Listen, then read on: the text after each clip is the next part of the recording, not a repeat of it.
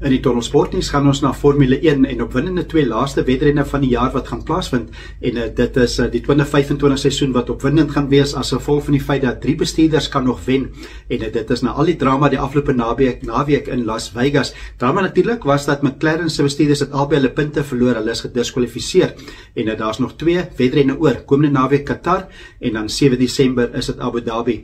Nou dis nou opwindend want Lando Norris het 390 punte, hy is net 24 punte voor sy spanmaat Oscar Piastri. Max Verstappen ook op 266, op 366 eerder, so daar is baie punte om voor nog te jaag, die laaste 2. Maar die nuus uit McLaren is dat McLaren se baas, hulle bestuurder, hulle spanbestuurder, dit is Andreas Stella. Hy het 'n verskoning gevra vir die 2 bestuurders van McLaren, vir Norris en vir Piastri, en dit was as gevolg van die diskwalifikasie in Las Vegas.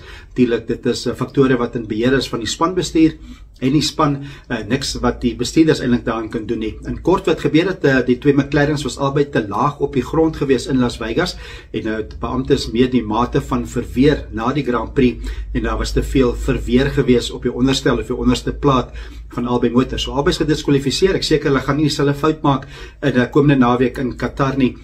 Dit is Lando Norris wat gemaklik voor is, maar hy sal albei die wedrenne moet klaarmaak. Hy kan nie bekostig om een van die 2 nie klaar te maak nie, so dit gaan baie opwindend wees.